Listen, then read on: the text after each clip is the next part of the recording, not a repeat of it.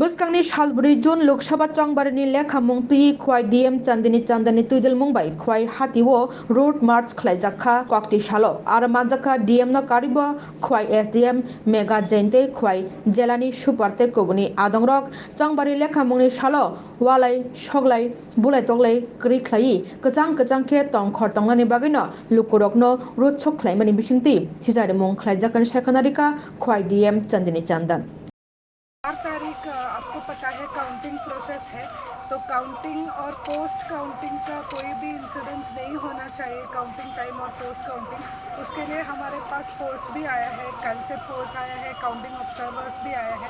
तो ये मैसेज सबको देने के लिए हम लोग आज फ्लैग मार्च कर रहे हैं। कहाँ पर हो रहा है मैडम फ्लैग मार्च? आज तो यहाँ पे ही कर रहे हैं, खोवाई टाउन में। मैम कितना फोर्स डिप्लॉयड है 3 कॉन्स्टिट्यूंसी के लिए? टोटल हमारे पास 10 कंपनी के अराउंड है, इसमें CAPF है, TSR है। इसके अलावा जो फ्लैग मार्च का आप पूछ रहे थे, सभी एरिया में फ्लैग मार्च चल रहा है हमारा। तेलिया मोरा और खोवाई सब डिवीज़न के जो भी सेंसिटिव पॉकेट्स हैं वहाँ पर एरिया डोमिनेशन व्हीकुलर मार्च हमने स्टार्ट कर दिया है।